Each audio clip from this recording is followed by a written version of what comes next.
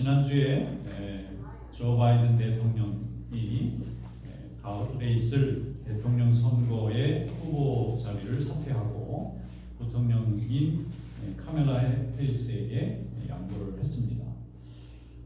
이미 확정된 일이니까 그냥 가도 되고 83세가 많이 드신 대통령이니까 다 이해를 할 만한데 워낙 걱정하는 사람이 너무 많다 보니까 내려놔야 되겠다 생각했는지 양보를 했어요.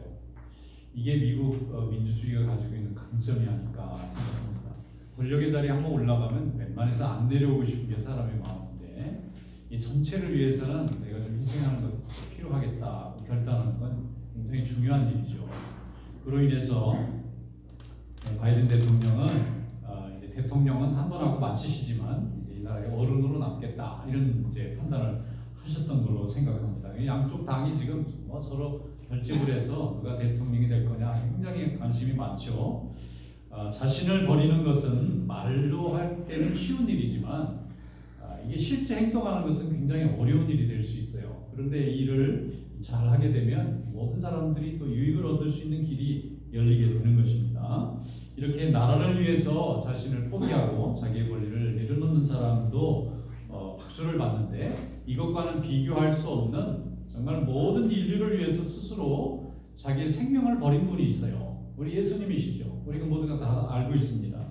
우리 예수님께서 우리를 위해서 자기의 하나뿐인 귀중한 목숨을 버리셨기 때문에 오늘 우리에게 영생의 길과 구원의 길과 또 은혜의 길과 축복의 길이 열려지게 된 줄로 믿습니다. 오늘 주신 말씀을 통해서 하나님의 은혜가 여러분들에게 함께 하시기를 주님의 이름으로 축원합니다.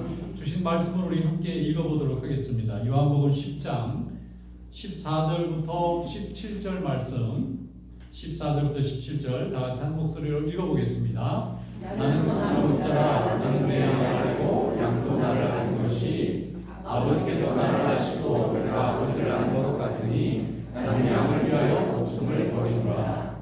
또 이 무리에 들지 아니한 다른 양들이 내게 있어 내가 인도하여야 할 터이니 그들도 내 음성을 듣고 한 무리가 되어 한 남자에게 있으리라. 내가 내 목숨을 버리는 것은 그것을 내가 다시 얻기 위함이니 이로 말미암아 아버지께서 나를 사랑하시느니라. 아멘.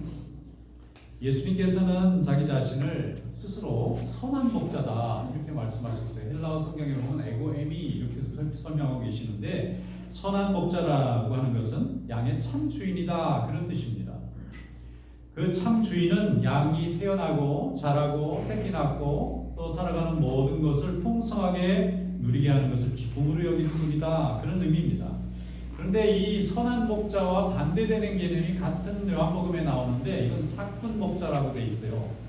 우리가 흔히 말할 때 삭분 목자라 그러면 워낙 좀 강한 표현이 돼서 나쁜 사람인 것처럼 이렇게 돼 있는데 성경에 영어 성경에 보면 잘 나와 있어요. 삭분 목자는 삭슬 받고 일하는 목자다 그런 말입니다. 영어로는 hired shepherd라고 돼 있어요.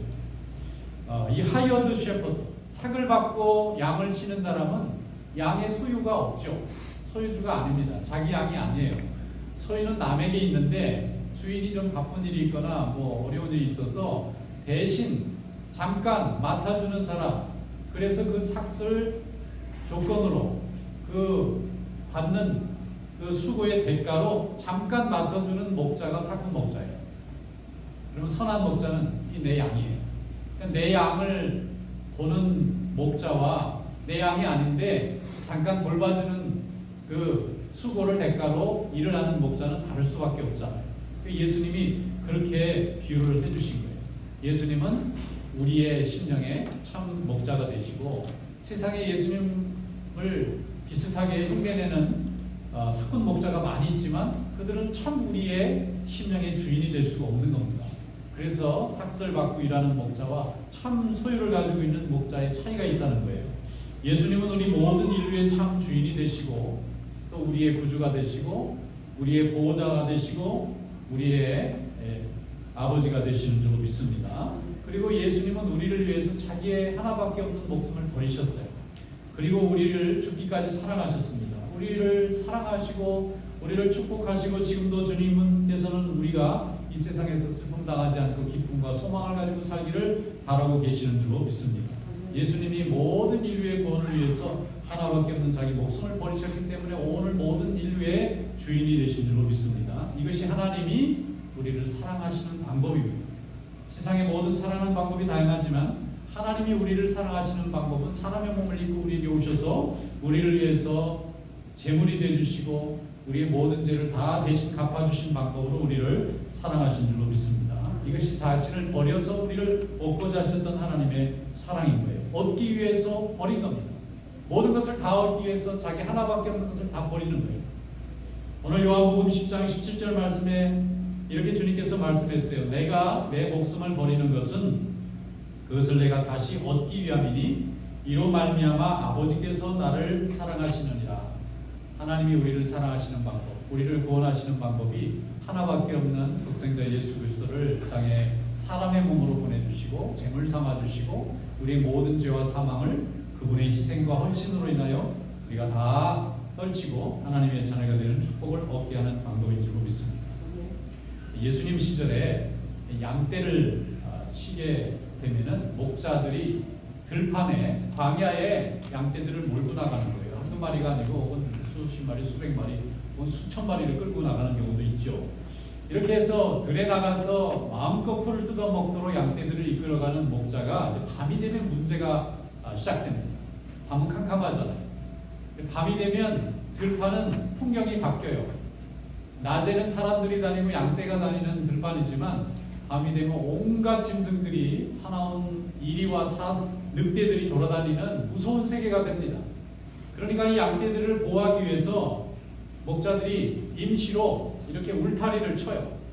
우리를 만들어 놓습니다. 이게 이제 거기에 양들을 다 몰아서 넣어놓고 목자들이 밖에서 지킵니다.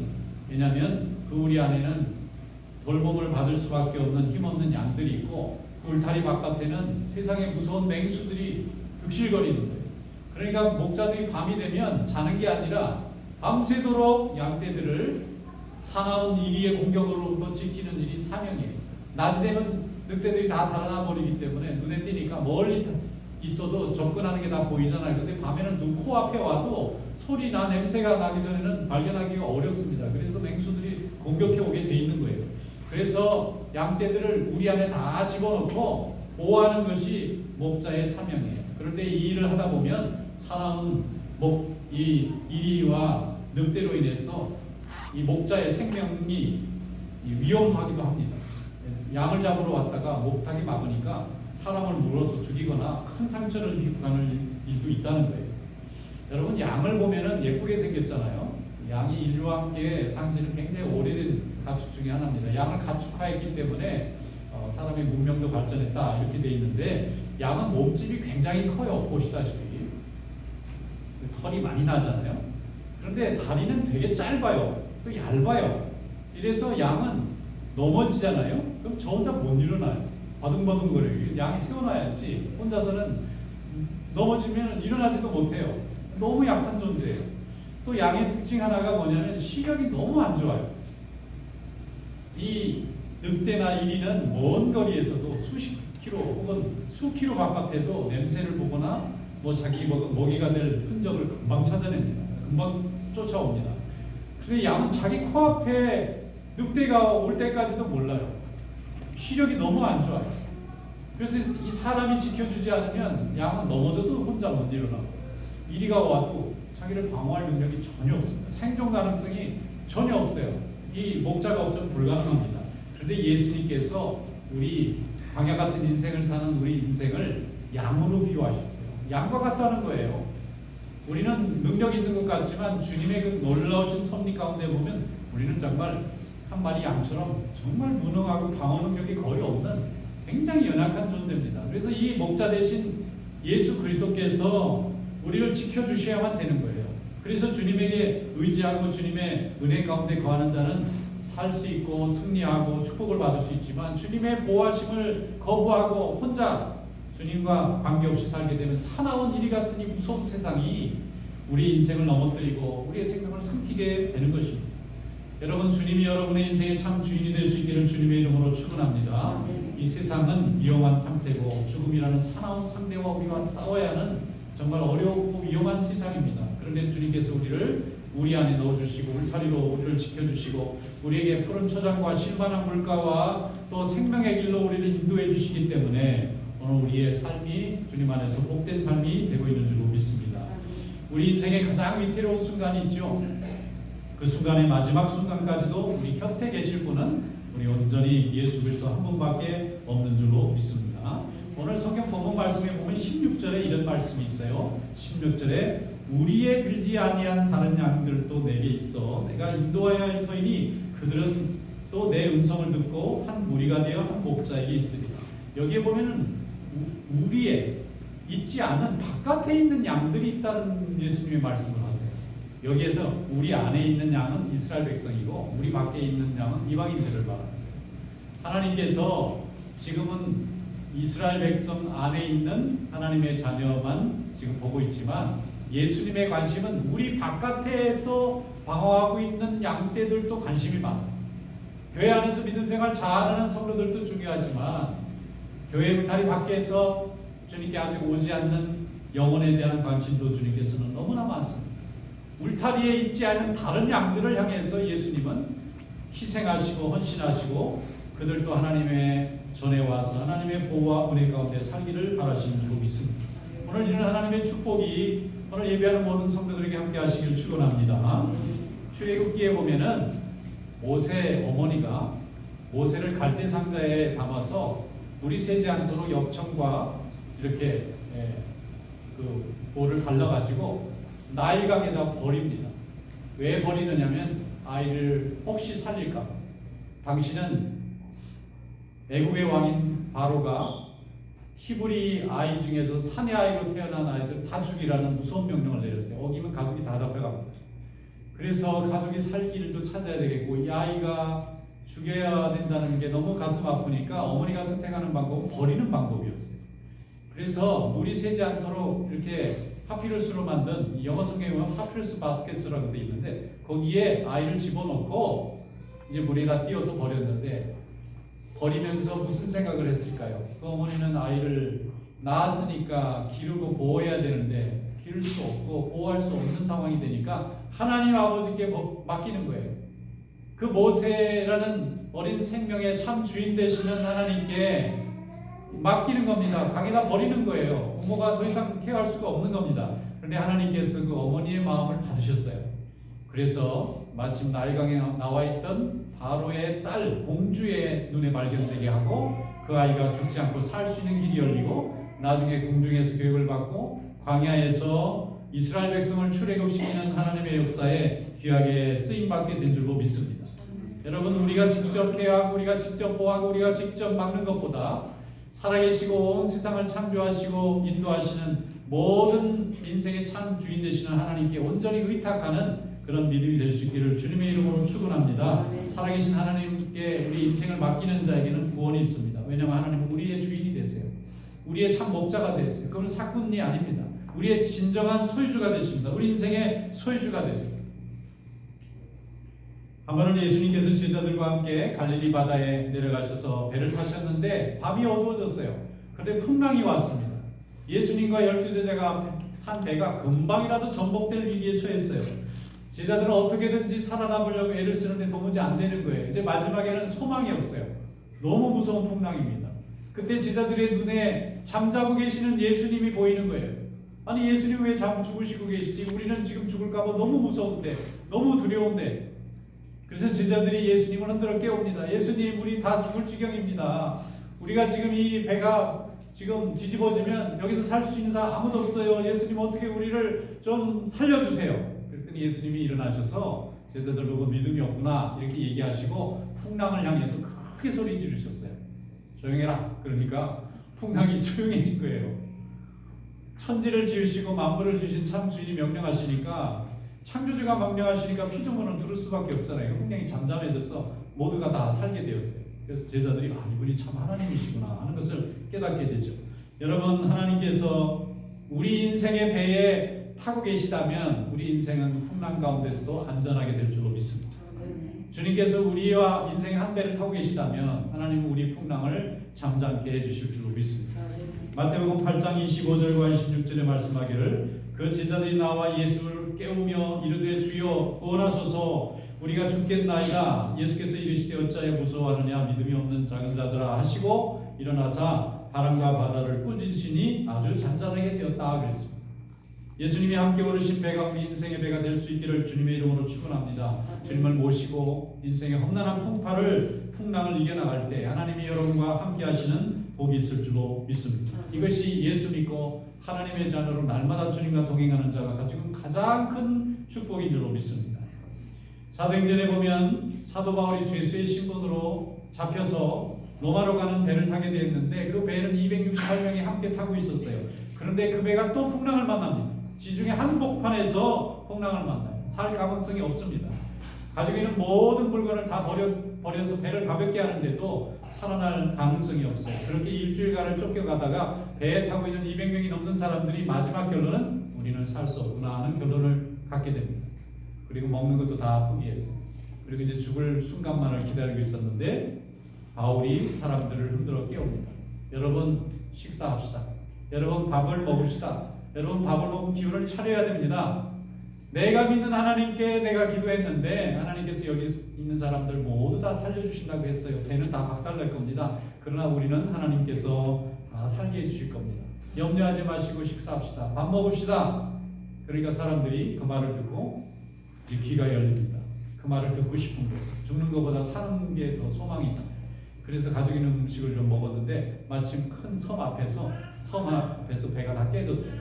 그 사람들이 먹었던 그 음식이 다 없어지면서 힘을 얻어서 전부 헤엄쳐가지고 그 멜리데라는 섬에 다 상륙할 수 있게 됐어요. 정말 한 사람도 안 죽고 다 살아났어요. 하나님의 은혜 가운데 사는 자의 삶은 항상 주님이 동행해 주실 줄로 믿습니다. 주님이 함께 하실 때 주님이 우리 가운데 동행하시는 은혜가 있을 줄로 믿습니다. 사도행전 27장 24절 25절에 사도 바울이 그 풍랑 속에서 모든 희망을 포기하고 누워있는 사람들을 향해서 이렇게 말했어요. 바울아 두려워하지 말라. 내가 가이사 앞에 서야 하겠고 또 하나님께서 너와 함께 항해하는 자를 다 내게 주셨다 하였으니 그러므로 여러분 안심하라. 나는 내게 말씀하신 그대로 되리라고 하나님을 믿노라. 오늘도 하나님을 믿는 여러분의 믿음이 풍랑과 같은 세상 가운데서도 하나님을 의지하고 소망 가운데 승리하는 인생이 될 수 있기를 주님의 이름으로 축원합니다. 참 평안은 세상이 주지 못합니다. 내가 만들 수도 없어요. 참 평안은 오직 살아계신 하나님, 우리를 창조하시고 우리를 지키시고 우리를 사랑하시는 하나님만 온전히 줄 수 있는 줄로 믿습니다. 주님이 여러분의 인생에 배 오르게 하시고 주님과 마음을 열어 함께 동행하시고 주님이 주시는 축복과 위로를 오늘도 누리는 성도들이 될 수 있기를 주님의 이름으로 축원합니다. 어떤 분이 어릴 때 교회를 다니다가 성장해서는 교회도 안 다니고 열심히 세상에서 성공을 위해서 달려갔는데 이분이 부도를 한 3번 정도 맞고 나서 다 포기했어요. 자기는 이게 사업할 체질이 아닌데 잘못했구나. 여러분 사업이 넘어질 때 그냥 돈만 없어지는 게 아니잖아요. 관계도 다 깨지고 다 친구들 원수 되는 거예요. 자기를 모두 다 피하고 거부하는 세상을 직면하게 되는 걸 말하는 거예요. 그러니까 이게 간단한 문제가 아니잖아요. 그래서 이 사람이 살아나 보려고 애를 쓰다가 마지막에는 안 되니까 이것도 불가능하구나 하고 자기 목숨도 포기할 각오를 하고 자기 아버지 산소에 갔어요. 그래서 아버지한테 이제 인사를 하고 저도 아버지 곁을 가야 될 것 같습니다. 그리고 돌아봤는데 어릴 때부터 다녔던 교회가 눈에 보이는 겁니다. 그분 얘기가 그래요. 그래도 교회 한번 마지막 예배 드리고 가면 좋겠다. 그래서 예배를 갔는데 마침 예배 드리는 날이었던 거예요. 주일날이에요. 예배를 드렸는데 하나님 말씀이 자기에게 하는 것 같아서 열심히 들은 거예요. 하나님 말씀을 마지막에 또 열심히 들어보자. 그랬는데 말씀을 듣는 중에 이분이 은혜를 받습니다. 그리고 마음에 묶였던 그 모든 속박이 풀어지면서 깨달은 바가 하나 있었어요. 내가 정말 포기하고 버려야 될 게 내 목숨이 아니고 내 죄구나. 내 인생을 완전히 사로잡고 있는 이 악한 마음의 권세인 이 죄를 버려야 내가 살겠구나. 하나님이 주신 아까운 생명을 버릴 것이 아니라 나를 붙들고 있는 사망과 죄를 버려야 내가 사는구나. 그리고 그분이 살게 됐어요. 오늘도 하나님의 은혜가 여러분과 함께 하시길 축원합니다. 여러분의 하나님의 축복을 여러분이 붙잡고 주님 앞에서 동행하는 삶이 되시기를 축원합니다. 주님께서 말씀하셨어요. 요한복음 14장 6절에 말씀하시기를 내가 곧 길이요 진리요 생명이니 나로 말미암지 않고는 아버지께로 올 자가 없느니라 그랬습니다. 참 진리 되시고 참 길이 되시고 생명이 되시는 예수 그리스도 오늘 그분을 향해서 오늘 온전히 주님과 나아가는 귀한 삶이 될 수 있기를 주님의 이름으로 축원합니다. 기도하겠습니다. 살아계신